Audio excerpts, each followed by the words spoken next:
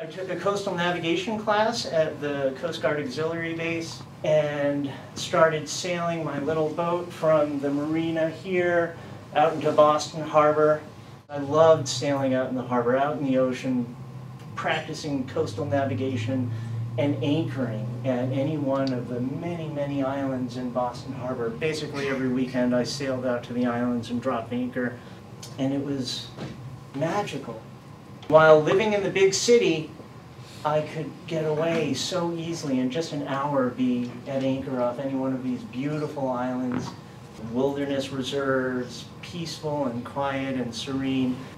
Most of the people in Boston, just about everybody, doesn't even know that the islands are there. You know, they had no way to get out there. And yet, every weekend, this was the scene. It was magical. I spent a lot of time rowing ashore and exploring these islands. There are ruins from the Civil War and from the World Wars on these islands, but they're uninhabited right now.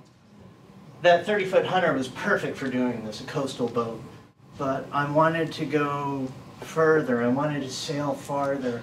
And I knew, or I felt, that I wanted something a little more seaworthy. So in 1998, I sold the 30-foot Hunter, and I bought a Westsail 32, 25-year-old boat. The Westsails have this real reputation for being super seaworthy. They're way overbuilt. I remember this 32 feet on deck boat weighed over 20,000 pounds in the travel lift. It's just got so much fiberglass there. It's really thick hull. It has a skeg-hung rudder with 3 big pintles and gudgeons holding this enormous barn door rudder on there.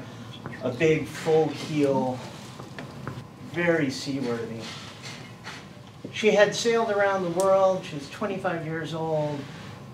But she was also really falling apart. The hull-to-deck joint had this big, thick mahogany beam that was through-bolted to the hull and through-bolted to the deck, keeping the two together. And when I first saw the boat, I grabbed it with my hand and it just crumbled in my hands. You know, she wasn't ready to go to sea, so there was a lot of work that I had to do. I got a great price on the boat because it was in such bad shape.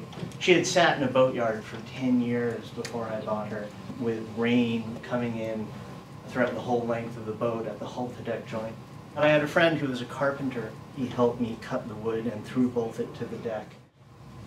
After years of just working on the boat, in addition to my other work life in the city, I felt that she was ready, and I sailed down the coast of Florida. I left Boston.